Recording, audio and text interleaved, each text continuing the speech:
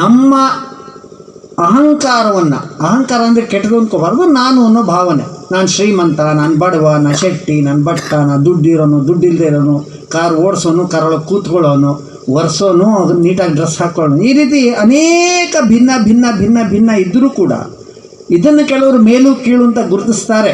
ಇವತ್ತಾನೆ ನಾನು ನನ್ನ ಮನೇಲಿದ್ದೆ, ಅಲ್ಲಿ ನಾನು ಹೀಗೆ ರಬ್ಬರ್ ತೋಟ ನೋಡ್ಕೊಂಬೋಣ ಅಂತ ಹೊರಟಾಗ ಒಬ್ಬ ಅಜ್ಜ ಒಂದು ಬುಟ್ಟಿಯಲ್ಲಿ ಒಂದು ಬಹುಶಃ ತೆಂಗಿನಕಾಯಿನ ಇದನ್ನೆಲ್ಲ ಹೊತ್ಕೊಂಡು ಹೋಗ್ತಾಯಿದ್ರು. ಪರಿಶ್ರಮ, ಬೆವರೆಲ್ಲ, ಮೈಯೆಲ್ಲ ಬೆವರಾಗಿದೆ, ಬಣ್ಣ ಕಪ್ಪಾಗಿ ಹೋಗ್ಬಿಟ್ಟಿದೆ. ನಾವು ಅವ್ರಿಗೆ ಬೆಲೆ ಕೊಡ್ಬೋದು, ನನಗೆ ಗೊತ್ತಿಲ್ಲ. ಇಲ್ಲಿ ನಾವು ಒಳ್ಳೆಯವರೇ ಸೇರಿರ್ತೀವಿ, ನಾವು ಕೊಡ್ಬೋದು. ಆದರೆ ಇವತ್ತು ಅವ್ರಿಗೆ ಗೌರವ ಇದೆಯಾ? ಸಮ್ಮಾನದಿಂದ ನೋಡ್ತೀವ? ನನ್ನ ಮನೆಯ ಒಬ್ಬ ವ್ಯಕ್ತಿ ಅನ್ನುವಂಥ ಭಾವನೆಯಿಂದ ನಡ್ಕೋತೀವ? ಇದು ಕಡಿಮೆ ಆಗಿರೋದ್ರಿಂದನೇ ಈ ದೇಶದಲ್ಲಿ ಯಾರ್ಯಾರೋ ಬಂದು ನಮ್ಮನ್ನು ಆಳಿದರು, ಹಾಳು ಮಾಡಿದರು ನಮ್ಮ ದೇಶವನ್ನು. ಹಿಂದುತ್ವ ಅಂತ ಹೇಳೋದಕ್ಕೆ, ಹಿಂದೂ ಅನ್ನೋದಕ್ಕೆ ನಾಚಿಕೆ ಪಟ್ಕೊಳ್ಬೇಕಂತ ಪರಿಸ್ಥಿತಿ. ನಾನು ದೊಡ್ಡವರು ಅಂತ ಹೇಳೋಕ್ಕೋಗಲ್ಲ, ಒಬ್ಬ ಮಹಾನ್ ವ್ಯಕ್ತಿ ಅಂತಲೂ ಹೇಳೋಕ್ಕಲ್ಲ. ಒಬ್ರು ಹೇಳಿದರು, ನನ್ನನ್ನು ಕತ್ತೆ ಅಂತ ಬೇಕಾದ್ರೆ ಕರೀರಿ, ಹಿಂದೂ ಅಂತ ಕರಿಬೇಡಿ ಅಂತ ಸಾರ್ವಜನಿಕವಾಗಿ ಹೇಳಿದರು. ಅಂಥ ಒಂದು ದುಸ್ಥಿತಿಯಲ್ಲಿ ಹಿಂದೂ ಅಂದರೆ ತಗ್ಗಿ ಬಗ್ಗಿ ಕುಗ್ಗಿ ಒಂದು ಏನೋ ಒಂದು ಭಾವನೆ, ಭಾರತೀಯರು ಅಂತ ಹೇಳ್ಕೊಳ್ಳೋಕ್ಕೆ ಒಂದು ಸಂಕೋಚ. ಅಂಥ ಸಂದರ್ಭದಲ್ಲಿ ಈ ದೇಶದ ಒಬ್ಬ ಸಿಡಿಲ ಸನ್ಯಾಸಿ ಅಂದ ತಕ್ಷಣ ನಮಗೆ ವಿವೇಕಾನಂದ ಅಂತ ಅನೇಕರ ಮನಸ್ಸಲ್ಲಿ ಬರುತ್ತೆ. ಆ ವಿವೇಕಾನಂದರು ಹಿಂದುತ್ವದ ಪ್ರತಿನಿಧಿಯಾಗಿ ಚಿಕಾಗೋದಲ್ಲಿ, ವಿದೇಶದಲ್ಲಿ ಹಿಂದುತ್ವವನ್ನು ಸಾರಿದರು. ಎಂಥ ಹೆಮ್ಮೆ ಇದ್ದಿರ್ಬೋದು ಅವರಿಗೆ. ಅವರಿದ್ದಿದ್ದು ಬ್ರಿಟಿಷರ ಕಾಲದಲ್ಲಿ, ನೆನಪಿರಲಿ. ಈಗಾದರೂ RSS ಇದೆ, 100 years ಆಗೋಗಿದೆ, 100 ವರ್ಷ ಆಗೋಗಿದೆ. ಏನು ಧೈರ್ಯ, ಅಮ್ಮ ಅಂತ ಧೈರ್ಯವಾಗಿ ಹೇಳಿದರು. ಅವ್ರು ಹೇಳಿದ್ದು ನನ್ನ 100% ಏನಲ್ಲ, RSSನವರಲ್ಲ ಈ ದೇಶದಲ್ಲಿ ಎಲ್ಲ ಮಹಿಳೆಯರು ಹೆಮ್ಮೆಯಿಂದ ಓಡಾಡೋಂಗೆ ಮಾಡಿದ್ದು RSSನವರಲ್ಲ, ಈ ಸಮಾಜನೇ ಮಾಡಿದ್ದು. ಸಂಘ ಕೆಲಸ ಮಾಡ್ತಾಯಿದೆ, ಅದನ್ನು ನಾನೇನು ವಾಪಸ್ ತಗೊಳ್ಳೋದಿಲ್ಲ. ಅಂದರೆ ಈ ದೇಶನೇ ಅಂಥದ್ದು. ಯತ್ರ ನಾರ್ಯಸ್ತು ಪೂಜ್ಯಂತೆ ರಮಂತೆ ತತ್ರ ದೇವತಾ ಅಂತ ಹೇಳಿರುವ ದೇಶ ಇದು, ಹಿಂದೂ ಸಮಾಜ. ಇನ್ನೊಂದು ಸಮಾಜದಲ್ಲಿ ಹೆಣ್ಣು ಅಂತ ಹೇಳಿದರೆ ನಿನ್ನ ಎಡ ತೊಡೆಯ ಒಂದು ಮೂಳೆಯ ತುಂಡು ಅಂತ ಹೇಳಿರ್ತಕ್ಕಂಥ ಕ್ರಿಶ್ಚಿಯನ್ನರ ದೇಶ. ಅವರು ಈ ಜಗತ್ತಿನಲ್ಲಿ ಇದ್ದಾರೆ. ಇನ್ನು ಹೆಣ್ಣಿರೋದೇ ಹೆರೋಕ್ಕೋಸ್ಕರ. ನೀನು ಒಂದು ಮಗು ಹುಟ್ಟಿಸ್ಬಿಟ್ರೆ ನೀನು ಅಲ್ಲಾನ ಪಾದದಲ್ಲಿ ಒಂದು ಹೂವಿಟ್ಟಂಗೆ ಅಂತ ಈ ರೀತಿ ತಲೆಯನ್ನು ಕೆಡಿಸಿ ಹೆಣ್ಮಕ್ಳು ಅಂತ ಹೇಳಿದ್ರೆ ಒಂದು ರೀತಿ ಅನ್ನುವಂಥದ್ದು. ಆದರೆ ಎಲ್ಲ ಕಳಂಕವನ್ನು ಹಿಂದೂ ಸಮಾಜಕ್ಕೆ ಹೊರಿಸ್ತಾ ಇದ್ದಾರೆ. ಅಮ್ಮ ಹೇಳಿದರು, ಈ ಸತಿ ಪದ್ಧತಿ ಹೋಗುವಂತೆ ಅದೆಲ್ಲ ಹೋಯಿತು, ಇನ್ನೂ ಏನೇನೋ ಇದೆ, ಹೋಗಬೇಕು ಅಂತ ಅವರ ಕಳಕಳಿಯನ್ನು ಅವ್ರು ಹೇಳಿದ್ದಾರೆ. ಒಬ್ಬ ನಮ್ಮೆಲ್ಲರ ಮಹಿಳೆಯರ ಪ್ರತಿನಿಧಿಯಾಗಿ ಅವ್ರು ಮಾತಾಡಿದರು. ಖಂಡಿತ ಹೋಗಬೇಕಾದ್ದು ಭಾಳಷ್ಟಿದೆ. ಆದರೂ ಒಂದು ನೆನ್ಪಿಟ್ಕೊಳ್ಬೇಕಾದ್ದು, ತುಂಬ ಸಂಗತಿಗಳು ಹೋಗಿದೆ. ಎಷ್ಟು ಚೆನ್ನಾಗಿ ಹಾಡು ಹೇಳಿದ್ರಲ್ಲ ಇಲ್ಲಿ ನಿಂತ್ಕೊಂಡು, ಹಿಂದೂ ಜಗೆ ವಿಶ್ವ ಜಗೆ ಹಾಡಿದ್ರಲ್ಲ ನೋಡಿ. ಅವರು ಹಾಡಿದ ಹಿಂದಿ ಹಾಡು ಅಂತ ನಮಗೇನು ಅನ್ನಿಸ್ಲಿಲ್ಲ. ಬೇರೆಯವರು ಭಾಷೆಯ ಹೆಸರಲ್ಲಿ ಕಚ್ಚಾಡ್ತಾರೆ, ನಮಗೇನು ಅನಿಸಲ್ಲ. ಅವ್ರು ಯಾಕೆ ಹೇಳಿದ್ರು ನನಗೆ ಗೊತ್ತಿರೋ ಮಟ್ಟಿಗೆ ಅವರೆಲ್ಲ ರಾಷ್ಟ್ರ ಸೇವಕ ಸಮಿತಿಗೆ ಹೋಗ್ತಾರೆ ಅಥವಾ ಕೆಲವರು ಯಾರೋ ಒಬ್ಬರು ಹೋಗಿದ್ದಿರ್ಬೋದು. ಅಂದರೆ RSS ಏನು ಚಮತ್ಕಾರ ಮಾಡಿದೆ ಅನ್ನೋದಕ್ಕೆ ಇದೊಂದು ಉದಾಹರಣೆ. RSS ಅಂದರೆ ರಾಷ್ಟ್ರೀಯ ಸ್ವಯಂ ಸೇವಕ ಸಂಘವೂ ಹೌದು, ರಾಷ್ಟ್ರ ಸೇವಿಕಾ ಸಮಿತಿಯೂ ಹೌದು. 1-2 ವರ್ಷದ ಅಂತರದಲ್ಲಿ ಒಂದು ಶುರುವಾಗಿರುವಂಥ ಸಂಘಟನೆಗಳು. ಏನು ಮಾಡಿದೆ RSS ಅಂತ ಅನೇಕರಿಗೆ ಕ್ವಶನ್, ಅನೇಕರಿಗೆ ಡೌಟು. ಯಾಕೆಂದರೆ ನಾನು ಸಂಶಯ ಅಂದರೆ ಕೆಲವರಿಗೆ ಅರ್ಥ ಆಗಲ್ಲ, ಡೌಟು ಅಂತ ಗೊತ್ತಾಗ್ಬಿಡುತ್ತೆ. ಅಷ್ಟು ಇಂಗ್ಲೀಷರ ಪ್ರಭಾವ ನಮ್ಮ ತಲೆ ಒಳಗೆ ಕೂತ್ಕೊಂಡು ಬಿಟ್ಟಿದೆ. ಅಂದರೆ ಆ ರೀತಿ ಸಂಶಯ ಯಾಕೆ? ಆ ಎಲ್ಲ ಸಂಶಯಗಳಿಗೆ 100 ವರ್ಷದ ತಪಸ್ಸಿನ ಸತ್ಪರಿಣಾಮ ಇವತ್ತು ಕಾಣ್ತಾ ಇದೆ. ನನ್ನ ಕೆಲಸವನ್ನು ಬಹಳ ಸುಲಭ ಮಾಡಿಬಿಟ್ಟಿದ್ದಾರೆ ಪ್ರಸ್ತಾವನೆ ಮಾಡಿದಂಥವ್ರು. ನನಗೂ ತುಂಬ ಹೊಸ ಅದನ್ನು ಇನ್ಸೈಟ್ಸ್ ಅಂತ ಹೇಳ್ತಾರೆ. ಅಂದರೆ ಹೊಸ ಬೆಳಕು ನನಗೆ ಸಿಕ್ತು. ನಾನು ಎಲ್ಲಿಗೆ ಬಂದಿದ್ದೀನಿ ನನಗೆ ಇವಾಗ ಗೊತ್ತಾಗ್ತಾ ಇದೆ. ಎಂಥ ಒಳ್ಳೊಳ್ಳೆ ಕೆಲಸಗಳನ್ನು ಮಾಡಿರ್ತಕ್ಕಂಥ ಕ್ಷೇತ್ರ ಇದು. ಪಾಸ್ಟ್ ಟೆನ್ಸ್ ಅಲ್ಲ, ಭೂತಕಾಲದಲ್ಲಿ ಮಾಡಿತ್ತು ಅಂತಲ್ಲ. ಇಲ್ಲಿ ಕೂತಿದಾರಲ್ಲ ಒಬ್ಬೊಬ್ಬರು ಎಷ್ಟು ಒಳ್ಳೆ ಕೆಲಸ ಮಾಡ್ತಾ ಇದ್ದಾರೆ. ಅವಾಗಲೇ ಒಬ್ಬರು ನೃತ್ಯ ಮಾಡಿದರು, ಎಂಥ ಒಳ್ಳೆ ಕೆಲಸ ಮಾಡಿದರು.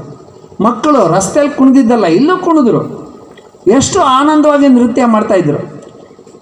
ಇದೆಲ್ಲ ನಡೀತಾ ಇದ್ದರೂ ಕೂಡ ನಾವು ಯಾವ ಗ್ರಾಮದಲ್ಲಿದ್ದೀವಿ, ನಮ್ಮ ಗ್ರಾಮದ ಮಹತ್ವ ಏನು ಅನ್ನೋದೇ ನಮ್ಮಲ್ಲಿ ತುಂಬ ಜನರಿಗೆ ಗೊತ್ತಿರಲ್ಲ.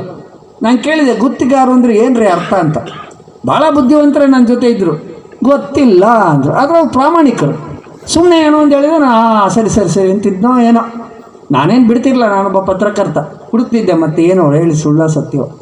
ಅಂದರೆ ನಮ್ಮ ಹಳ್ಳಿಯ ಹೆಸರಿನ ಹಿನ್ನೆಲೆನೇ ನಮಗೆ ಗೊತ್ತಿಲ್ವಲ್ರಿ. ನಮ್ಮೂರಿನಲ್ಲಿದ್ದಂಥ ಶ್ರೇಷ್ಠ ವ್ಯಕ್ತಿಗಳ ಬಗ್ಗೆ ಗೊತ್ತಿಲ್ವಲ್ಲ. ಗಾಂಧೀಜಿ, ಪಟೇಲು, ಸಿದ್ದರಾಮಯ್ಯ ನಮಗೆ ಗೊತ್ತು. ನಮ್ಮ ಹಳ್ಳಿಯವ್ರು ಗೊತ್ತಿದ್ದಾರಾ?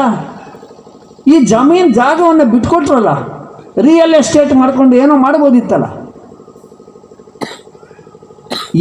ಯಾಕೆ ಈ ದೇಶ ಉಳಿದಿದೆ ಅಂದರೆ ಇಂಥವರಿಂದ. ಇಲ್ಲೊಬ್ಬರು ಅಮ್ಮ ಕೂತಿದ್ದಾರೆ ಕಡೆ, ಅತ್ಯಂತ ಮೌನ ಗೌರಿ ಥರ ಕೂತಿದ್ದಾರೆ.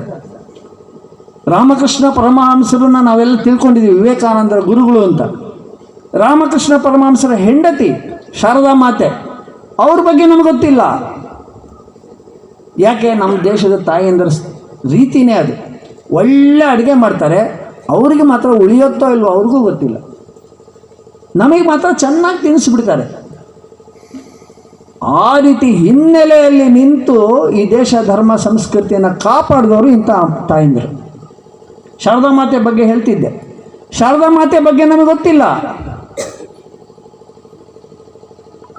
ಇಂಥವ್ರನ್ನ ಗುರುತಿಸ್ಬೇಕಲ್ವಾ, ಇಂಥವ್ರಿಗೆ ಗೌರವಿಸ್ಬೇಕಲ್ಲ. ಗೌರವಿಸೋದು ನಮಗೊಳ್ಳೇದು, ಅವ್ರಿಗೇನು ಬೇಕಾಗಿಲ್ಲ, ಅವ್ರಿಗೇನೂ ಅವಶ್ಯಕತೆ ಇಲ್ಲ. ಕರ್ತವ್ಯ ಅಂತ ನನ್ನ ಪಕ್ಕದಲ್ಲಿ ಕೂತಿದ್ದಾರೆ.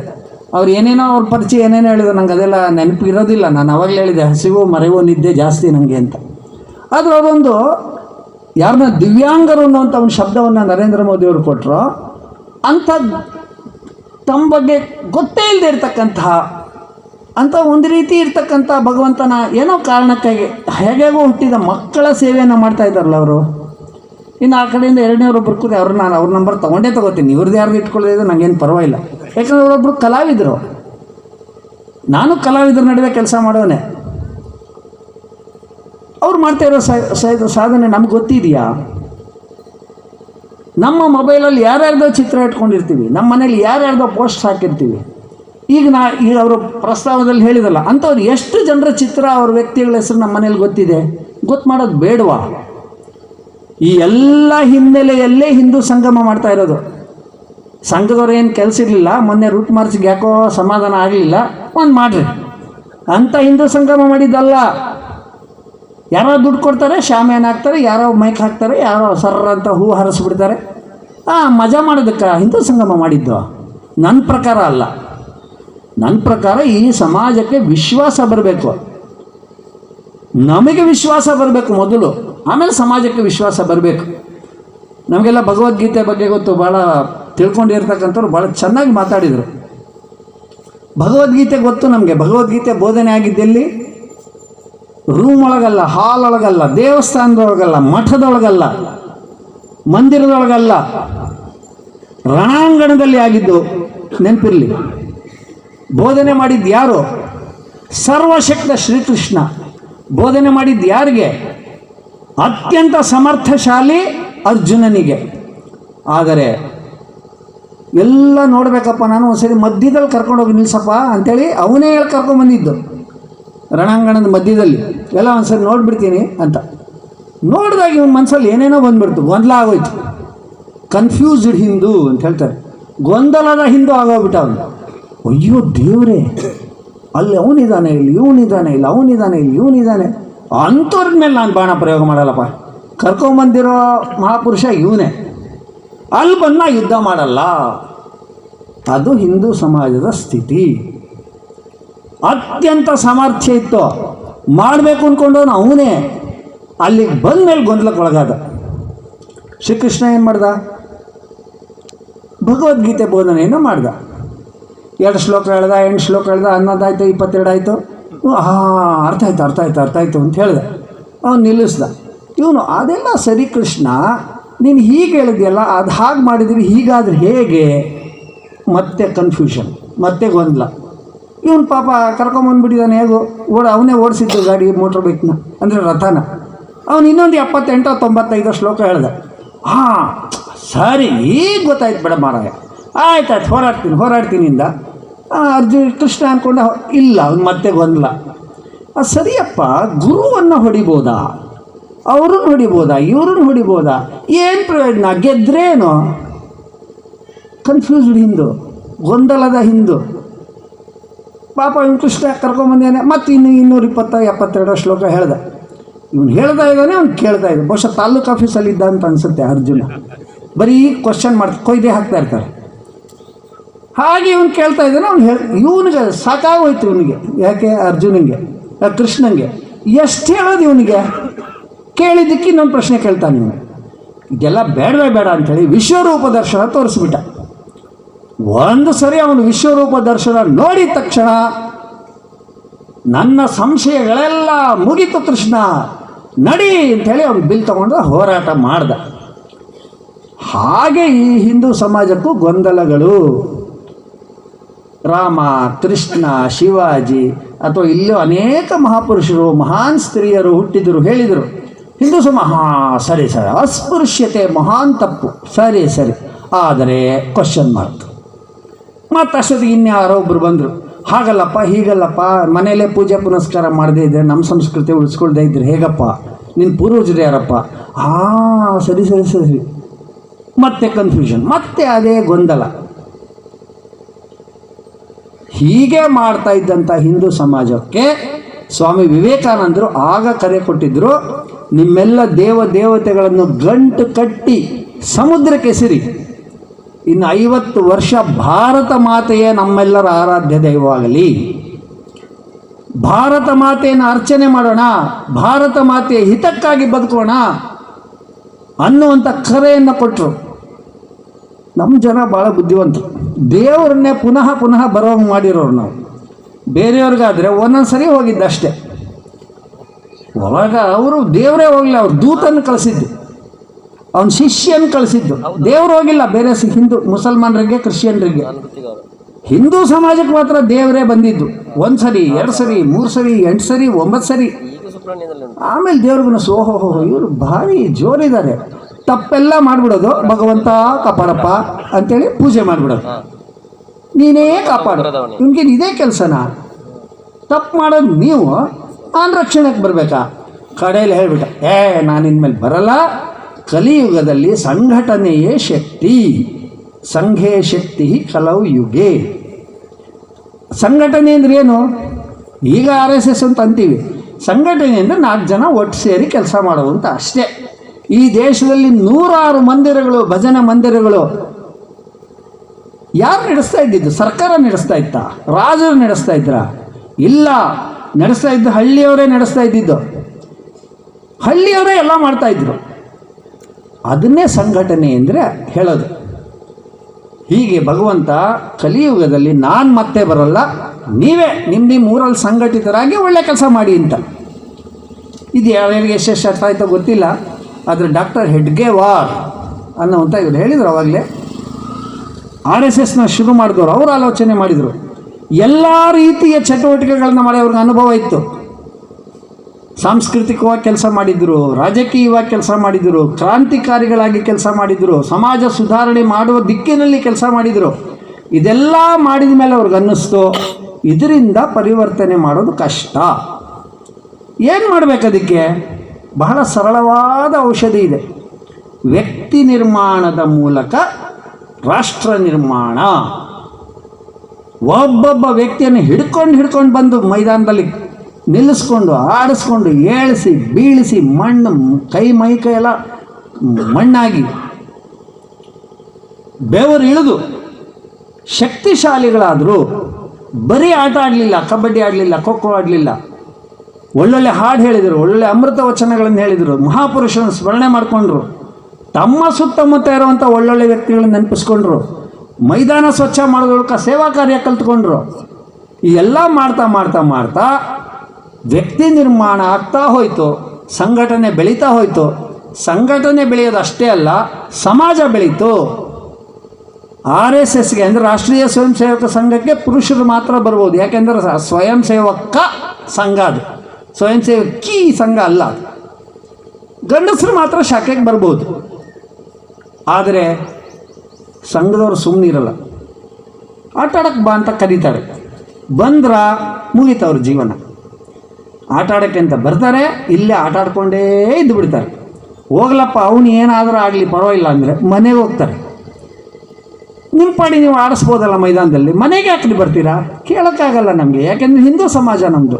ಅತಿಥಿ ದೇವೋ ಭವ ಹೇಳಿರೋರು. ಬಂದವ್ರನ್ನ ಬನ್ನಿ ಬನ್ನಿ ಬನ್ನಿ ಕೂರಿಸ್ತೀವಿ, ಕೂರಿಸಿದ್ರಾ ಮುಗೀತು, ನೀವೆಲ್ಲ RSS ಆಗೋಗ್ಬಿಡ್ತೀರ. ಅದೇ ಆಗಿರೋದು ಇಲ್ಲೆಲ್ಲ, ಅಂಥವ್ರೇ ಕೂತಿರೋದು. ಇಲ್ಲ ನಾವು ಉರಿ ಬಿಸಿಲಲ್ಲಿ ಯಾರು ಮೆರವಣಿಗೆ ಮಾಡ್ಕೊಂಡು ಬರ್ತಾರೆ? ನಿಮಗೇನು ಬಂದ ಮೇಲೆ ಇಲ್ಲಿ ಪಾನಕ ಕೊಡ್ತಾರೆ ಅಂತ ಗೊತ್ತಿತ್ತಾ? ತಿಂಡಿ ಕೊಡ್ತಾರೆ ಅಂತ ಪ್ರಿಂಟ್ ಮಾಡಿದ್ರಾ? ಕೊಡ್ತಾರಾ ಇಲ್ವೋ ನಂಗೆ ಗೊತ್ತಿಲ್ಲ, ಬಹುಶಃ ಅನೌನ್ಸ್ ಮಾಡಿರೋದ್ರಿಂದ ಕೊಡ್ಬೋದು. ಏನೂ ಸಿಗತ್ತೆ ಅಂತ RSSಗೆ ಬರೋಂಗಿಲ್ಲ. ಸಂಗಮೇ ದೇನಾಹಿ ದೇನಾ ಅಂತ ಇದೆ, ಕೊಡೋದಷ್ಟೇ. ಇಲ್ಲಿ ಕೂತಿರಲ್ಲ ಚಂದ್ರಣ್ಣ ಅಂತ ತುಂಬ ಜನ ಅಣ್ಣಂದಿರಿದ್ದಾರೆ ನನಗೆ, ಅವ್ರ ದೋಸ್ತು. ಯಾಕೆ ನಾನು ಅವರು ಒಟ್ಟೆ 30 ದಿನ ಕ್ಯಾಂಪ್ ಮಾಡಿದ್ವಿ 85ನೇ ಇಸ್ವಿಲೇ. ಏನು ಸಿಕ್ಕಿದೆ ಸಂಘಕ್ಕೆ ಬಂದಿದ್ದರಿಂದ? ಖಂಡಿತ ಸಿಕ್ಕಿದೆ, ಮನಃಶಾಂತಿ ಸಿಕ್ಕಿದೆ, ಒಂದು ವ್ಯಕ್ತಿತ್ವ ಸಿಕ್ಕಿದೆ, ಒಂದು ದೃಷ್ಟಿ ಸಿಕ್ಕಿದೆ, ಒಂದು ನೇತೃತ್ವ ಸಿಕ್ಕಿದೆ, ಒಂದು ಕರ್ತೃತ್ವ ಸಿಕ್ಕಿದೆ. ಇದು ಬೇರೆ ಕಡೆ ಸಿಗ್ತಾ ಇರಲಿಲ್ಲ ಅನ್ನೋ ಕಾರಣಕ್ಕೆ RSS ಮಾಡಿದ್ದು. ಡಾಕ್ಟರ್ ಹೆಡ್ಗೇವಾರ್ ಲೀಡ್ರ್ ಆಗಬೇಕು ಅಂತ ಮಾಡಿದ್ದಲ್ಲ. ಎಲ್ಲೂ ಹೆಡ್ಗೇವಾರ್ಗೆ ಜೈ ಹಾಕಿಲ್ಲ ನಾವು. 89ನೇ ಇಸ್ವಿಲಿ ಇನ್ನೊಂದು ಶತಾಬ್ದಿ ನಡೆದಿತ್ತು, ಹೆಡ್ಗೇವಾರ್ ಜನ್ಮ ಶತಾಬ್ದಿ. ಆವಾಗ ಮಾತ್ರ ಹೆಡ್ಗೇವಾರ್ಗೆ ಜೈ ಜೈಕಾರ ಹಾಕಿದ್ದೀವಿ. ಎಲ್ಲೂ ಅವ್ರನ್ನ ನೆನಪಿಸ್ಕೊಳ್ಳೋದೇ ಇಲ್ಲ ನಾವು. ಅವ್ರಿಗೂ ಬೇಡ, ನಮಗೂ ಬೇಡ. ನಮಗೇನು ಭಾರತ ಮಾತೆ ಮುಖದಲ್ಲಿ ನಗು ಬಂದರೆ ಸಾಕು, ಭಾರತ ಮಾತೆ ಸಮಾಧಾನದಲ್ಲಿದ್ದರೆ ಸಾಕು, ಈ ಸಮಾಜ ಸಂಸ್ಕೃತಿ ಚೆನ್ನಾಗಿದ್ದರೆ ಸಾಕು. ಈ ಎಲ್ಲ ಹಿನ್ನೆಲೆಯಲ್ಲಿ ಇರ್ತಕ್ಕಂತಹ ಸಂಘ ಅಂದರೆ ರಾಷ್ಟ್ರೀಯ ಸ್ವಯಂ ಸೇವಕ ಸಂಘ ಅಂತ ಹೇಳ್ತಾರೋ, ಯಾವ ಭಗವಂತ ಹೇಳ್ದ ಪದೇ ಪದೇ ಬರೋಕ್ಕಾಗಲ್ಲ, ಸಂಘೆ ಶಕ್ತಿ ಕಲಿಯುಗೆ, ಸಂಘಟನೆಯೇ ಕಲಿಯುಗದಲ್ಲಿ ಶಕ್ತಿ ಅಂತ. ಬಹುಶಃ ದೇವ್ರಿಗೂ ಅರ್ಜೆಂಟ್ ಇತ್ತೇನೋ. ಆ್ಯಕ್ಚುಲಿ ದೇವ್ರು ಹೇಳಬೇಕಾಗಿದ್ದು ರಾಷ್ಟ್ರೀಯ ಸ್ವಯಂ ಸೇವಕ ಸಂಘೇ ಶಕ್ತಿ ಕಲಯುಗೆ ಅಂತ ಹೇಳಬೇಕಿತ್ತು. ದೇವರು ಅಂಡರ್ಸ್ಟುಡ್, ಜನ ಅರ್ಥ ಮಾಡ್ಕೋತಾರೆ ಅಂತ ಅದನ್ನು ಹೇಳಲಿಲ್ಲ ಅಷ್ಟು. ದೇವರೇ ಹೇಳಿರೋದು, ನಾವು ಹೇಳ್ಕೊಡ್ತಾ ಇರೋದಲ್ಲ. ಇವತ್ತು ಸತ್ಯವಾಗಿದೆ, ಸತ್ಯವಾಗಿದೆ, ಅಭಿಮಾನದಿಂದ ಹೇಳ್ತೀನಿ ನಾನು. ಒಂದು ಸರಿ ಸಂಘಕ್ಕೆ ಬಂದ ವ್ಯಕ್ತಿ ಅಂದರೆ ಅವನು ಬೆಳಿತಾನೆ, ಅವನ ಮನೆ ಸಂಸಾರ ಚೆನ್ನಾಗಿ ಮಾಡ್ಕೋತಾನೆ, ಒಂದು ದೃಷ್ಟಿಕೋನ ಸಿಗುತ್ತೆ, ಎಲ್ಲರನ್ನೂ ಗೌರವಿಸಬೇಕು, ಪ್ರೀತಿಸಬೇಕು, ಸೇವೆ ಮಾಡಬೇಕು ಅನ್ನೋ ಸ್ವಭಾವ ಬೆಳೆಯುತ್ತೆ. ಇಂಥ ಬೆಳೆದ ಸ್ವಯಂ ಸೇವಕ 10,000 ಲಕ್ಷಾಂತರ ಚಟುವಟಿಕೆಗಳನ್ನು ಮಾಡ್ತಾ ಈ ಸಮಾಜದಲ್ಲಿ ಬದಲಾವಣೆಯನ್ನು ತಂದಿದ್ದಾನೆ, ತರ್ತಾ ಇದ್ದಾನೆ.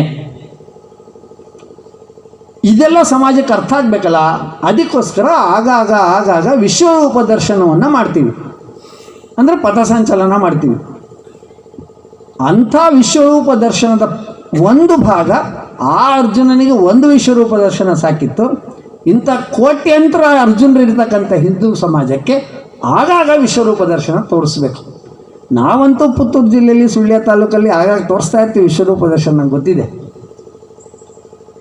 4-3 ಗ್ರಾಮದಲ್ಲಿ ಸೇರಿ ಈ ಥರ ಸಹಸ್ರ ಸಂಖ್ಯೆಯಲ್ಲಿ ನಾವು ಸೇರಿ ಮಾಡ್ತೀವಲ್ಲ, ಎಷ್ಟು ಸಂತೋಷದಲ್ಲಿ ಮಾಡ್ತಿದ್ದೀವಲ್ಲ. ಹಾಗಾದರೆ ಹಿಂದೂ ಸಂಗಮ ಮುಗಿತಾ? ಹಿಂದೂ ಸಂಗಮ ಮುಗ್ದಿಲ್ಲ. ಆಯೋಜನಾ ಸಮಿತಿಗೆ ಹೇಳ್ತಾ ಇದ್ದೀನಿ ನಾನು, ಇದು ಆರಂಭ ಅಷ್ಟೇ. ಹಿಂದೂ ಸಂಗಮ ನಿಜವಾಗಿ ಆಗೋದು ಯಾವಾಗ? ನಮ್ಮ ಅಪೇಕ್ಷೆಗಳೆಲ್ಲ ಸಮಾಜದಲ್ಲಿ ಪ್ರತಿಫಲಿತವಾದಾಗ. ಪಂಚಪರಿವರ್ತನೆ ಅಂತ ಹೇಳಿ ಹೇಳಿ ಹೇಳಿ ಹೇಳಿ ಅನೇಕರಿಗೆ ಸ್ಕೂಟ್ರ್ ಓಡಿಸುವಾಗಿಲ್ಲ, ಇವು ಹೆಲ್ಮೆಟ್ ಹಾಕಿಲ್ವಲ್ಲ, ನಾಗರಿಕ ಕರ್ತವ್ಯ ನೆನಪಾಗ್ಬಿಡುತ್ತೆ. ಅಯ್ಯೋ ಕ್ಯೂ ಬಿಟ್ಟು ಆಚೆ ಹೋಗ್ಬಿಡ, ನಾಗರಿಕ ಬೇಡಪ್ಪ ಬೇಡ, ಯಾಕೆ ಸುಮ್ಮನೆ. ಇದು ಆಗಬೇಕು ಅನ್ನೋಕ್ಕೆ ಪಂಚಪರಿವರ್ತನೆ ಹಾಕಿರೋದು. ನಾನು ವಿಕ್ರಮದ ಸಂಪಾದಕ, ನಾನು ಬರಿತಾನೆ ಇರ್ತೀವಿ, ಪ್ರತಿ ವಾರ ಒಂದೊಂದು ಹಾಕ್ತೀವಿ. ಏನೋ ಒಂದು ಪುಟ್ಟದಾಗಿ ಕಾನ್ಷಿಯನ್ಸ್ ಅಂತಾರೆ, ಅಂತಃ ಪ್ರಜ್ಞೆ, ಅದು ಜಾಗೃತ ಆಗ್ತಾ ಇರಬೇಕು. ಮೇಲು ಕೀಳು ಬೇಡ ಅನ್ನೋದನ್ನು RSSನವ್ರು ಹೇಳಿದ್ದ. ಬೇಡ, ಮೇಲು ಕೀಳು ಬೇಡ, ಜಾತಿ ತಪ್ಪು ಅಂತ ಹೇಳಿದವ್ರದ್ದೇ ಒಂದು ಜಾತಿ ಆಯ್ತಲ್ವ ಈ ದೇಶದಲ್ಲಿ. ಅಂಥ ಹಿಂದೂ ಸಮಾಜ ಇದು. ಎಷ್ಟು ಶಕ್ತಿಶಾಲಿ ಹಿಂದೂ ಸಮಾಜ ಅಂದರೆ, ಡಿಸೆಂಬರ್ 31 ಜನವರಿ 1 ಹೊಸ ವರ್ಷ ಆಚರಣೆ ಮಾಡ್ತಾರೆ. ಎಷ್ಟು ಮಜಾ ಇದೆ ನಮ್ಮ ದೇಶ ಅಂದರೆ, ಹೊಸ ವರ್ಷ ಆಚರಣೆ ಎಲ್ಲಿ ಮಾಡ್ತಾರೆ? ಎಲ್ಲ ಚರ್ಚ್ಗೆ ಹೋಗ್ತಾರಾ? ನಮ್ಮ ಊರಿನ ದೇವಸ್ಥಾನಕ್ಕೆ ಹೋಗ್ತಾರೆ. ಏನು ಅವತ್ತು ಜನ ಹೋಗಿದ್ದು ಮನೆ ಮುಂದೆ ಹೊಸ ವರ್ಷ ರಂಗೋಲಿ ಬರೀತಾರೆ. ರಂಗೋಲಿಗೂ ಕ್ರಿಶ್ಚಿಯಾನಿಟಿಗೂ ಏನ್ರಿ ಸಂಬಂಧ? ಏನೂ ಸಂಬಂಧ ಇಲ್ಲ. ಯಾಕೆ? ನಮ್ಗೆ ಕಲಿಸ್ಕೊಟ್ಬಿಟ್ಟಿದ್ದಾರೆ, ಎಲ್ಲವೂ ದೇವರೇ, ಎಲ್ಲರನ್ನೂ ನಮಸ್ಕಾರ ಮಾಡಪ್ಪ. ಯಾರಿಗೆ ನಮಸ್ಕಾರ ಮಾಡಿದರೂ ಕೇಶವಂ ಪ್ರತಿ ಗಚ್ಚತಿ. ನೀವು ಯಾರಿಗೆ ಮಾಡಿದ್ರು ಒಂದೇ ದೇವ್ರಿಗೂ. ನಂಬಿರೋರು ನಾವು, ಆದರೆ ಈ ನಂಬಿಕೆ ಅತಿಯಾಗಿ ಈ ದೇಶದಲ್ಲಿ ಕೆಲವರು ನಮಗೆ ಬೋಧನೆ ಮಾಡುವಂಥ ವ್ಯಕ್ತಿಗಳು ಬೆಳೆದು ಬಿಟ್ಟಿದ್ದಾರೆ. ನಾವು ಹೇಳ್ತಾ ಇದ್ದ ಸಮಸ್ಯೆಗಳನ್ನು ನಮ್ಮನ್ನೇ ವಿರೋಧ ಮಾಡ್ತಾಯಿದ್ರು. 83ನೇ ಇಸ್ವಿಯಲ್ಲಿ ನಾನು ಡಿಗ್ರಿ ಓದ್ತಾ ಇದ್ದಾಗ ಅಸ್ಸಾಂ ಚಲೋ ಅಂತ ಒಂದು ಆಂದೋಲನ ಕರೆ ಕೊಟ್ಟಿದ್ದೆ ವಿದ್ಯಾರ್ಥಿ ಪರಿಷತ್ ಆಶ್ರಯದಲ್ಲಿ. ನಾನು ಅಪ್ಲಿಕೇಶನ್ ಹಾಕಿದ್ದೆ. ಅದು ನಾನು ABVP ಕಾರ್ಯಕರ್ತ ಅಲ್ಲ ಅಂತ ನನಗೆ ಚಾನ್ಸ್ ಸಿಗಲಿಲ್ಲ. ಆದರೆ ಆ ಸಭೆಯಲ್ಲಿ ನಾನು ಹಾಡು ಹೇಳಿದ್ದೆ, ಅಷ್ಟು ನನಗೆ ನೆನಪಿದೆ. ಯಾಕೆ ಮಾಡಿದ್ದದು? ಅನುಪ್ರವೇಶ ಅಂತ ಹೇಳ್ತಾರೆ, ಇನ್ಫಿಲ್ಟ್ರೇಷನ್ ಅಂತ. ಬಾಂಗ್ಲಾದೇಶಿಗಳು ನುಗ್ಗಿ ಬಂದು ಅಲ್ಲೆಲ್ಲ ಕಡೆ ಚಹಾ ಎಸ್ಟೇಟ್, ನಾನು ಇದ್ದೆ 4 ವರ್ಷ ನಾರ್ತ್ ಈಸ್ಟಲ್ಲಿ 4 ವರ್ಷ ನಾನು ಇದ್ದೆ. ಗಡಿ ಪ್ರದೇಶದಲ್ಲೆಲ್ಲ ಕೆಲಸ ಮಾಡಿ ಬಂದಿದ್ದೀನಿ. ನಾನು ನೋಡಿದ್ದನ್ನು ಹೇಳ್ತಾ ಇದ್ದೀನಿ ಅಷ್ಟೇ. ಯಾರು ಬಂದರೂ ಬರಲಿ ಪರವಾಗಿಲ್ಲ ಅನ್ನುವಂಥ ಸಂಸ್ಕೃತಿ ನಮ್ಮದಲ್ವಾ. ಎಲ್ಲನೂ ಬರಲಿ ಪರವಾಗಿಲ್ಲ, ಕಡಿಮೆ ದುಡ್ಡಿಗೆ ಬರ್ತಾರೆ ಅಂಥೇಳಿ ನಾವು ಈ ದೇಶಕ್ಕೆ ಸೇರಿಸಿದ್ವಿ ವಿದೇಶಿಯರನ್ನು. ಅವ್ರು ಬಂದವ್ರು ಏನು ಮಾಡಿದರು? ಯಾವ ಚಹಾ ತೋಟದಲ್ಲಿ ಅವ್ರಿಗೆ ಅವಕಾಶ ಕೊಟ್ಟರೋ ಆ ಚಹಾ ತೋಟದ ಮಾಲೀಕರ ಮಗಳನ್ನೆಲ್ಲ, ಮಾಲೀಕರ ಹೆಂಡತಿಯನ್ನೇ ಎತ್ಕೊಂಡು ಹೋದರು. ಯಾಕೆಂದ್ರೆ ಅವ್ರಿಗೆ ಹೇಳಿದ್ದಾರೆ, ಎಷ್ಟು ಮದುವೆ ಮಾಡ್ಕೋತೀಯ, ಎಷ್ಟು ಮಕ್ಕಳು ಮಾಡ್ತೀಯ, ಅಷ್ಟು ನಿಮಗೆ ಜನ್ನತ್ತಲ್ಲಿ ಗೌರವ ಸಿಗುತ್ತೆ ಅಂತ. ಇದು ಬಾಂಗ್ಲಾದೇಶಿಗಳು ಮಾಡಿರೋ ಅನ್ಯಾಯ. ಕ್ರಿಶ್ಚಿಯನ್ರ ಬಗ್ಗೆ ನಮ್ಮಲ್ಲಿ ಅನೇಕ ಕಾನ್ವೆಂಟ್ಗೆ ಹೋಗಿರೋರಿಗೆ ಭಾಳ ಶ್ರದ್ಧೆ ಇರ್ಬೋದು, ಇಟ್ಕೊಳ್ಳಿ ಶ್ರದ್ಧೆ, ನನಗೇನು ಪರವಾಗಿಲ್ಲ. ನಾನು ಹೇಳೋದನ್ನು ಹೇಳ್ತೀನಿ. ಏನಾಯಿತು? ನಾಗಾಲ್ಯಾಂಡ್ ನಾರ್ತ್ ಈಸ್ಟಲ್ಲಿ ಇದೆ, ನಿಮಗೆಲ್ಲ ಸಮಯ ಆದರೂ ಹೋಗಿ ಬನ್ನಿ. ನಾಗಾಲ್ಯಾಂಡಲ್ಲಿ welcome to the land of Jesus Christ ಅಂತ ಫ್ಲೆಕ್ಸ್ ಹಾಕ್ತಾರೆ, ಆರ್ಚ್ಗಳು ಕಟ್ಟಿದ್ದಾರೆ. ಈ ದೇಶ ಕ್ರಿಸ್ತನ ನಾಡ, ಈ ದೇಶ ಕೃಷ್ಣನ ನಾಡು. ಯಾಕೆ ಅವ್ರಿಗೆ ಧೈರ್ಯ ಬಂತು? ಯಾಕೆ ದುರಹಂಕಾರ ಅವ್ರಿಗೆ ನಾವೇನು ಮಾಡಿದ್ರು ಬದುಕ್ಬೋದು ಅಂತ? ಹೇಳೋರು ಕೇಳೋರು ಇರಲಿಲ್ಲ ಈ ದೇಶದಲ್ಲಿ. ಅದನ್ನು ಅಂದು ಯಾಕೆ ವಿವೇಕಾನಂದರು ಹೇಳ್ತಾ ಇದ್ದೀನಿ, ಇದೇ 12ನೇ ತಾರೀಕು ವಿವೇಕಾನಂದರ ಜನ್ಮದಿನ ಬಂದಿತ್ತು. ಅವತ್ತು ನಾನು ಇಲ್ಲಿ ಪುತ್ತೂರಲ್ಲಿದ್ದೆ. 7-8 ಸಾವಿರ ಜನ ಈಗ ಈ ಹಾಡು ಹೇಳಿರಲ್ಲ, ಇನ್ನೂ ಒಳ್ಳೊಳ್ಳೆ ಹಾಡುಗಳನ್ನ ಹಾಡಿ ಒಂದೇ ಮಾತ್ರ ಮಾಡಿದ್ರು. ನಾನು ಇದ್ದೆ ಆ ಪ್ರೋಗ್ರಾಮಲ್ಲಿ. ಅಂಥ ವಿವೇಕಾನಂದರಿಂದ ಪ್ರೇರಣೆಯನ್ನು ಪಡೆದಂತಹ, ಅಂಥ ಆಂಜನೇಯನಿಂದ ಆಂಜನೇಯ ಸೇವೆ ಮಾಡೋದಕ್ಕೆ ಇನ್ನೊಂದು ಭಜನೆ ಹೇಳಿದ್ರು ಅಂತ ನಾನು ತಿಳ್ಕೊಂಡಿದ್ದೀನಿ. ತಾನು ಎಲ್ಲೂ ಕಾಣಿಸ್ಕೊಳ್ಳಿಲ್ಲ ಹನುಮಂತ, ಎಲ್ಲ ರಾಮನಿಗೆ ಅರ್ಪಿತ. ಎಷ್ಟು ಮಟ್ಟಿಗೆ ಅಂದರೆ ಕಡೆಯಲ್ಲಿ ಸೀತೆ ಅವನಿಗೊಂದು ಮುತ್ತಿನಾರ ಹಾಕ್ತೀನಿ ಅಂತಂದರೆ ಆ ಮುತ್ತೆಲ್ಲ ಒಡೆದು ನೋಡಿದ್ನಂತೆ. ಇದ್ರೊಳಗೆ ರಾಮ ಇಲ್ಲ, ನಂಗೆ ಬೇಡ ಅಂತ. ಅಂಥ ಹನುಮನ್ ನಾಡ್ರಿ, ಕೀರ್ತಿ ಪ್ರಸಿದ್ಧಿ ಗೌರವ ಸಿಗಬೇಕು ಅನ್ನೋ ದೇಶ ಅಲ್ಲ ನಮ್ಮದು. ಅಂಥ ಆಂಜನೇಯ, ವಿವೇಕಾನಂದ ಇತ್ಯಾದಿಗಳಿಂದ ಪ್ರೇರಣೆ ಪಡೆದು ಶುರುವಾಗಿರ್ತಕ್ಕಂಥ RSSಗೆ 100 RSS ಪ್ರಚಾರಕ್ಕೆ ಮಾಡ್ತಾ ಇಲ್ಲ ಹಿಂದೂ ಸಂಗಮ ಮಾಡ್ತಾ ಇರೋದು. ಈ ದೇಶದಲ್ಲಿ ಒಂದು ಪರಿವರ್ತನೆ ಆಗ್ತಾ ಇದೆ, ಇನ್ನಷ್ಟು ವೇಗವಾಗಿ ಆಗಬೇಕು. ಆ ವೇಗವರ್ಧಕವಾಗಿ ಈ ಹಿಂದೂ ಸಂಗಮ ನಡೆದಿದೆ. ನಾನು ಕಾರ್ಯಕ್ರಮದ ಆಯೋಜಕರು ನನಗೆ ವಿವರಣೆ ಕೊಟ್ಟಿದ್ದಾರೆ. ಒಳ್ಳೆ ನಿರ್ಣಯಗಳನ್ನು ಈಗ ಮಾಡೋರಿದ್ದಾರೆ. ಇಲ್ಲಿಂದ ನಾವು ಸಂದೇಶ ತಗೊಂಡು ಹೋಗಬೇಕಾಗಿರೋದು, ಎಷ್ಟು ಚೆನ್ನಾಗಿ ಮಾತಾಡ್ದ ಮಾರಾಯ, ಘಟ್ಟದ ಮೇಲಿಂದ ಬಂದರೂ ಕೂಡ ಪರವಾಗಿಲ್ಲ ಲಾಯಕ್ಕಾಗಿ ಮಾತಾಡ್ದಂತ ಅಕಸ್ಮಾತ್ ಅಂದ್ಕೊಂಡಿದ್ರೆ ಸಂತೋಷ. ನಾನು ಹೇಳಿದ್ದು ನಿಮ್ಗೆ ಎಷ್ಟು ಅರ್ಥ ಆಗಿದೆಯೋ ಸಂತೋಷ. ಅರ್ಥ ಆಗಿದ್ದನ್ನು ಎಷ್ಟು ಜಾರಿಗೆ ತರ್ತೀವಿ ಅನ್ನೋದು ನಿಜವಾದ ನನ್ನ ಪರೀಕ್ಷೆ. ಇಲ್ಲಿ ತಗೊಳ್ಳೋ ಸಂಕಲ್ಪ ನೆಲಕ್ಕೆ ಇಳಿಬೇಕು. ಇಲ್ಲಿ 3 ಮಂಡಲ ಕಾರ್ಯವಾರಗಳೆಲ್ಲ ಕೂತ್ಬಿಟ್ಟಿದ್ದಾರೆ. ಮಾಡ್ತೀವಿ ಬಿಡ್ರಿ ಅಂತ ಅವ್ರು ಅಂತ ಇದ್ದಾರೆ ಮನಸ್ಸಲ್ಲೇ. ಎಲ್ಲ ಗುರಿಗಳನ್ನು ದಾಟಿ ಬಿಡಬೇಕು. ಶಾಖೆ ಗುರಿ ಬಹುಶಃ ದಾಟಿರ್ಬೋದು, ದಾಟಿಲ್ವೋ ನನಗೆ ಗೊತ್ತಿಲ್ಲ. ಒಳ್ಳೆಯದು, ಎಲ್ಲ ಚೆನ್ನಾಗಿ ಮಾಡಬೇಕು.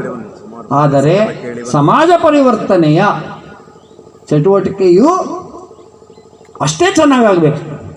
ಅದಕ್ಕೆ ನಾವಿಲ್ಲಿ ಕೂತಿರುವ ಎಲ್ಲರೂ ಜವಾಬ್ದಾರಿ. Once upon A time I was A ಸ್ವಯಂ ಸೇವಕ್ ಅಂತ ಹೇಳೋರು ಭಾಳ ಜನ ಇದ್ದಾರೆ ಇಲ್ಲಿ ಸುತ್ತಮುತ್ತ. ಒಂದೆಲ್ಲ ಒಂದ್ಸರಿ ಹೋಗಿರ್ತಾರೆ. Scratch every Hindu you will find RSS blood ಅಂತ ಸೈಯದ್ ಶಹಾಬುದ್ದೀನ್ ಅನ್ನೋರು ಹೇಳಿದರು ಪಾರ್ಲಿಮೆಂಟಲ್ಲಿ. ಯಾವುದೇ ಹಿಂದೂನ ಕೆರೆದ್ರೆ RSS ರಕ್ತ ಹೊರಗೆ ಬರುತ್ತೆ ಅಂತ. ಪಾಪ ವಿಧವಾ ವಿಲಾಪ ಅಂತ ಹೇಳ್ತಾರೆ. ಅಳ್ತಾ ಆಯ್ತು, ಯಾಕೆಂದರೆ ಅಲ್ಲಿ ಕಟ್ಟಡ ಬಿದ್ದೋಗ್ಬಿಟ್ಟಿತ್ತು ಡಬಡಬ ಅಂತ. ಎಲ್ಲಿ ಅಯೋಧ್ಯೆಯಲ್ಲಿ ಮೊನ್ನೆ ರಾಮ ಮಂದಿರದ ಮೇಲೆ ಧ್ವಜ ಹಾರಿಸೋದಕ್ಕೆ ನನ್ನನ್ನು ಕರೆದಿದ್ದರು. ನಾನೊಬ್ಬ ಪುಣ್ಯವಂತ, ನಿಮ್ಮೆಲ್ಲರ ಪರವಾಗಿ ಹೋಗಿದ್ದೆ. ನಾನು ವಿಕ್ರಮದ ಲೇಖನೂ ಬರೆದೆ. ಅಕಲ್ಪನೀಯ ಕೆಲಸ ಆಗೋಯ್ತಲ್ಲ. 500 ವರ್ಷ, 76 ಯುದ್ಧ, ಅದೆಲ್ಲದರ ಪರಿಣಾಮ ಮೊನ್ನೆ ಕಾಣಿಸ್ತು. ರಾಮ ಮಂದಿರದ ಮೇಲೆ ಧ್ವಜ ಹಾರಿತು. ಇನ್ನೂ ಇದೆ ಸಾಕಷ್ಟು ಮಂದಿರಗಳು, ಎಲ್ಲ ಆಗತ್ತೆ, ಏನು ತೊಂದರೆ ಇಲ್ಲ. ಇದು ಮಾಡಿದ್ದೀವಿ. ಆದರೆ ಅಲ್ಲಿ ಮಾತ್ರ ಅಲ್ಲ, ನಮ್ಮ ಹಳ್ಳಿಯಲ್ಲೂ ಅದೇ ಥರ ಆಗಬೇಕು. ಅಲ್ಲಿನ ರಾಮ ಮಂದಿರ ಅಂದರೆ ಎಲ್ಲರಿಗೂ ಮುಕ್ತ ಪ್ರವೇಶ, ಯಾರೂ ಆಚೆ ಈಚೆ ಮಾಡಲ್ಲ. ಅದಾನಿ ಅಂಬಾನಿ ಅಮಿತಾಬ್ ಬಚ್ಚನ್ನು ಇನ್ನು ಯಾವಳ ಅವ್ರಿಗೂ ಕೂಡ ಅದೇ ಗೌರವ ಕೊಟ್ಟರು. ಅದರ ಮೂರ್ತಿ ಪ್ರತಿಷ್ಠಾಪನೆಯ ಸಂದರ್ಭದಲ್ಲಿ ಧ್ವಜಾರೋಹಣ ಸಮಯದಲ್ಲಿ ಸುತ್ತಮುತ್ತ ಹಳ್ಳಿಗಳ ಜನರನ್ನೆಲ್ಲರನ್ನೂ ಕರೆದು ಅದೇ ಥರದ ಗೌರವ. ರಾಮನ ಎದುರುಗಡೆ ಎಲ್ಲ ಸಮಾನ, ಯಾರಿಗೂ VIP ದರ್ಶನ ಇಲ್ಲವೇ ಇಲ್ಲ. ಒಂದು ಹಂತ ಆದಮೇಲೆ ಕೇವಲ ಪೂಜೆ ಮಾಡೋರು ಮಾತ್ರ ಹೋಗ್ಬೋದು, ಇನ್ಯಾರನ್ನೂ ಒಳಗಿಲ್ಲ. ಶಂಕರಾಚಾರ್ಯರು ಆನಂದವಾಗಿ ಹೊರಗಡೆ ನಿಂತಿದ್ದರು. ಈ ರೀತಿಯ ಸರ್ವ ಸಮಾವೇಶಕ, ಎಲ್ಲರನ್ನು ಸಮಾನವಾಗಿ ನೋಡ್ತಕ್ಕಂಥ ರಾಮರಾಜ್ಯ ಆಗಬೇಕು. ಅದಕ್ಕೆ ರಾಮ ಮಂದಿರ ಒಂದು ಸಂಕೇತ. ಆ ರೀತಿ ಅಲ್ಲಿ ಮಾತ್ರ ಅಲ್ಲ, ನಮ್ಮ ಹಳ್ಳಿಯಲ್ಲೂ ಹಾಗೆ ಆಗಬೇಕು. ನಮ್ಮ ಹಳ್ಳಿಯಲ್ಲೂ ಪರಿಸರ ಸಂರಕ್ಷಣೆ, ನಮ್ಮ ಹಳ್ಳಿಯಲ್ಲೂ ಗೋವಿನ ಅಥವಾ ಎಲ್ಲ ಪ್ರಾಣಿಗಳ ಬಗ್ಗೆ ಗೌರವ ಎಲ್ಲ ಮಾಡ್ತಾ ಮಾಡ್ತಾ ಹಿಂದೂ ಸಂಗಮದ ಉದ್ದೇಶ ಸಫಲಗೊಳಿಸೋಣ ಅನ್ನುವಂಥ ಒಂದು ಆಸೆಯೊಂದಿಗೆ ನನ್ನ ಮಾತು ಮುಗಿಸುವ ಮುನ್ನ ನನಗೊಂದು ಸೂಚನೆ ಕೊಟ್ಟಿದ್ದಾರೆ, ಒಂದು ಹಾಡು ಹೇಳಬೇಕು ಅಂತ ನನಗನ್ನಿಸ್ತು. ಅವ್ರು ಚೆನ್ನಾಗಿ ಹಾಡಿದ್ದಾರೆ, ಇನ್ನೂ ಭಜನೆ ಗಿಜನೆಲ್ಲ ಹಾಡಿದ್ದಾರೆ, ನಾವು ಎಲ್ಲ ಹಾಡೋದು ಒಳ್ಳೆಯದು. ಹಾಗೆ ನಾನು ಒಂದು ಹಾಡಿನ ಒಂದು ಚೂರು ಹೇಳ್ಕೊಡ್ತೀನಿ, ಎಲ್ಲ ಜೋರಾಗಿ ಹೇಳಿ, ರಾಗವಾಗೇ ಹೇಳಿ, ಜೋರಾಗಿ ಹೇಳಿ. ಹಿಂದುಗಡೆ ಇರೋ ಸ್ವಲ್ಪ ಜೋರಾಗಿ ಹೇಳಿ. ದೇಶ ದೇಶ ದೇಶ ದೇಶ ದೇಶ ನನ್ನದು, ದೇಶ ದೇಶ ಜೋರಾಗಿ. ದೇಶ ದೇಶ ನನ್ನದು, ದೇಶ ದೇಶ ದೇಶ ದೇಶ ದೇಶ ನನ್ನದು, ದೇಶ ದೇಶ ದೇಶ ದೇಶ ದೇಶ ನನ್ನದು, ಸಿಂಧು ಕಣಿವೆ ಕೈಲಾಸ ಗಿರಿಯು ನನ್ನದು, ಸಿಂಧು ಕಣಿವೆ ಕೈಲಾಸ ಗಿರಿಯು ನನ್ನದು, ಸಿಂಧು ಕಣಿವೆ ಕೈಲಾಸ ಗಿರಿಯು ನನ್ನದು, ಸಿಂಧು ಕಣಿವೆ ಕೈಲಾಸ ಗಿರಿಯು ನನ್ನದು, ದೇಶ ದೇಶ ದೇಶ ದೇಶ ದೇಶ ನನ್ನದು. ದೇಶ ದೇಶ ನೋಡಿ, ನಿಮ್ಮ ಬಗ್ಗೆ ನಂಬಿಕೆ ಇಲ್ಲ ಅಂತ ಮೈಕಲ್ ಹೇಳ್ಬೇಕು, ಜೋರಾಗಿ.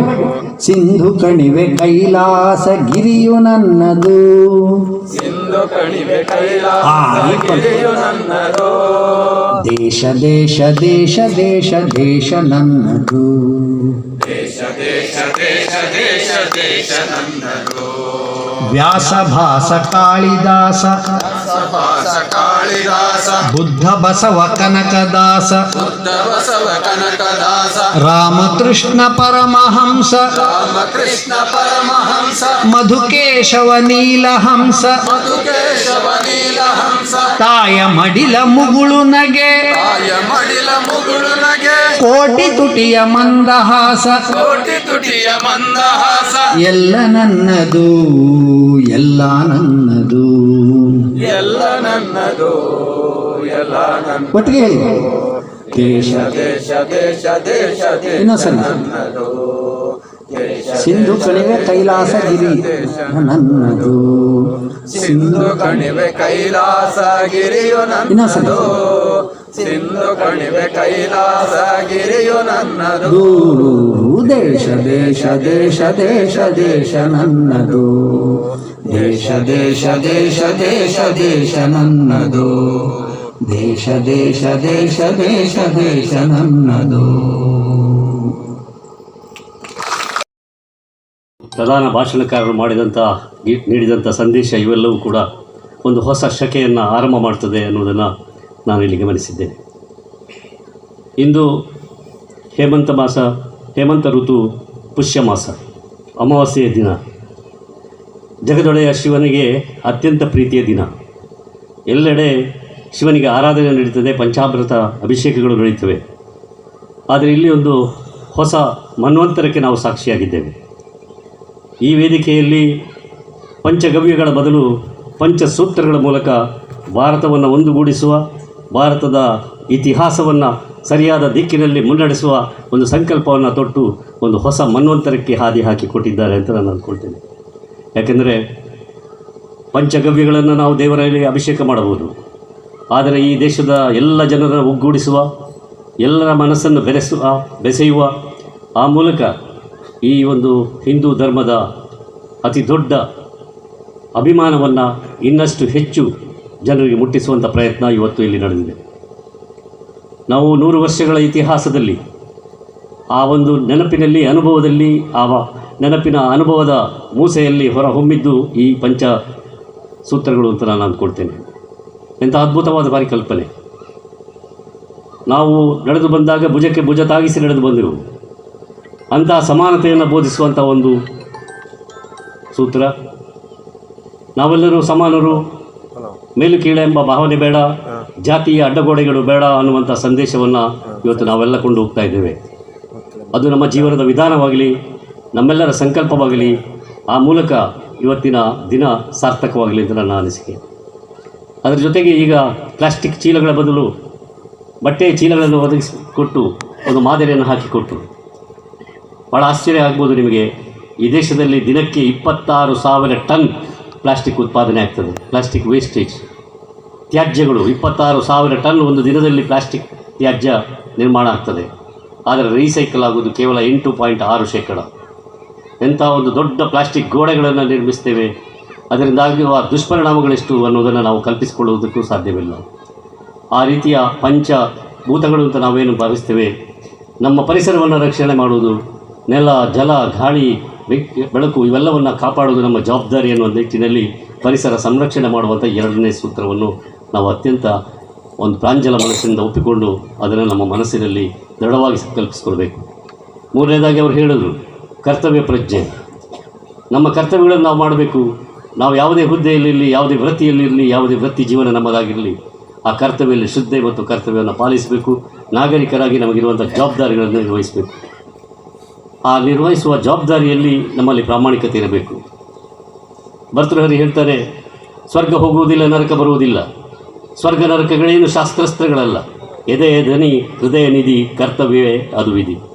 ಆ ಕರ್ತವ್ಯವನ್ನು ಪಾಲಿಸುವಂಥ ನಿಟ್ಟಿನಲ್ಲಿ ಈ ಒಂದು ಸೂತ್ರ ನಮಗೆ ಭಾಳ ಅಪ್ಯಾಯಮಾನವಾದದ್ದು. ಅದನ್ನು ನಾವು ಒಪ್ಪಿಕೊಳ್ಬೇಕಾಗ್ತದೆ.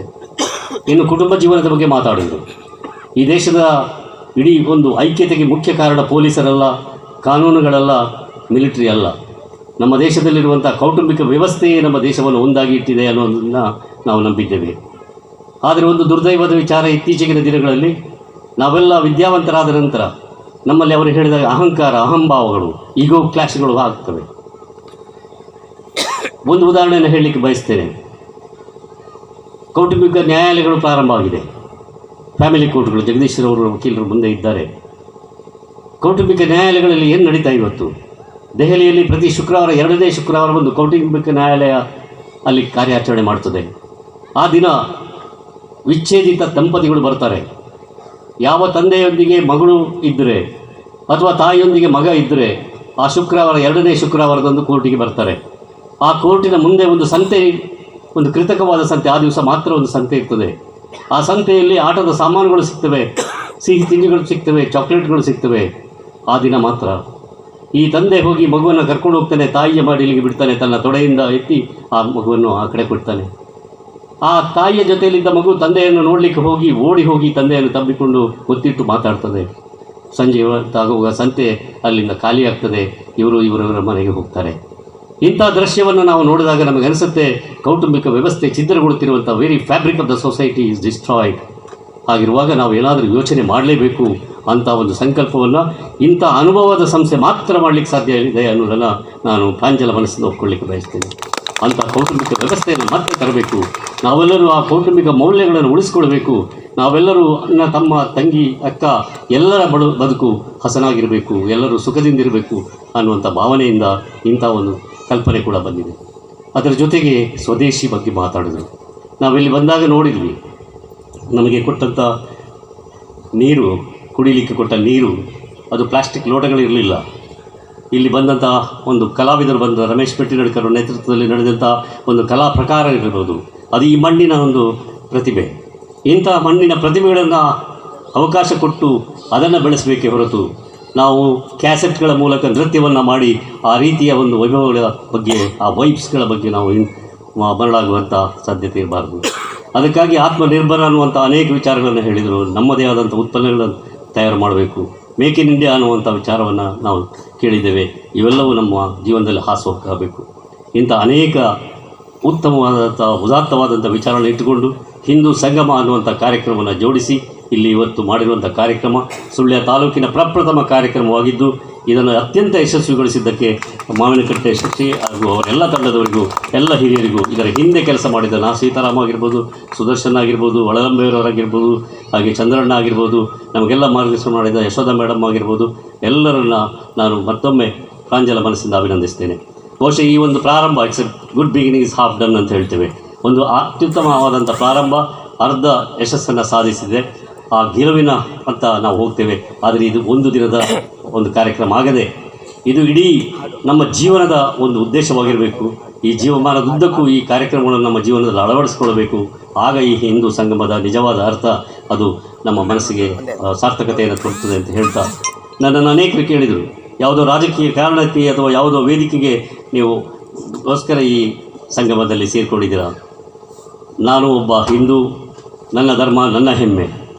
ನಾನು ಒಬ್ಬ ಹಿಂದೂ, ನನ್ನ ಧರ್ಮ ನನ್ನ ಹೆಮ್ಮೆ. ಹಾಗೆಂತ ನಾನು ಧರ್ಮ ನಿರಪೇಕ್ಷತೆಯನ್ನು ಭಾವಿಸುವನಲ್ಲ ಅಥವಾ ಇನ್ನೊಂದು ಧರ್ಮವನ್ನು ಟೀಕಿಸುವವನಲ್ಲ. ಎಲ್ಲರೊಂದಿಗೂ ಸರ್ವಧರ್ಮ ಸಮಭಾವದಿಂದ ಬದುಕುವವನು. ನಾನು ಒಂದು ದೇವಸ್ಥಾನದ ಮುಕ್ತೇಶ್ವರನಾಗಿ, ಆಡಳಿತ ಮುಕ್ತೇಶ್ವರನಾಗಿ ಕೆಲಸ ಮಾಡ್ತೇನೆ. ಒಬ್ಬ ದೇವಸ್ಥಾನದ ಆಡಳಿತ ಮುಕ್ತೇಶ್ವರ ಹಿಂದೂ ಸಂಗಮದಲ್ಲಿ ಭಾಗವಹಿಸದೆ ಇನ್ಯಾವ ಸಂಗಮದಲ್ಲಿ ಭಾಗವಹಿಸಬೇಕು ಅಂತ ನಾನು ಕೇಳಲಿಕ್ಕೆ ಬಯಸ್ತೇನೆ. ಹಾಗಾಗಿ ರಾಜಕೀಯವನ್ನು ತಳಕು ಹಾಕುವುದು ಬೇಡ. ನಮ್ಮ ಸ್ಪಷ್ಟ ನಿಲುವುಗಳಿವೆ, ನಮ್ಮದೇ ಆದಂಥ ತೀರ್ಮಾನಗಳಿವೆ.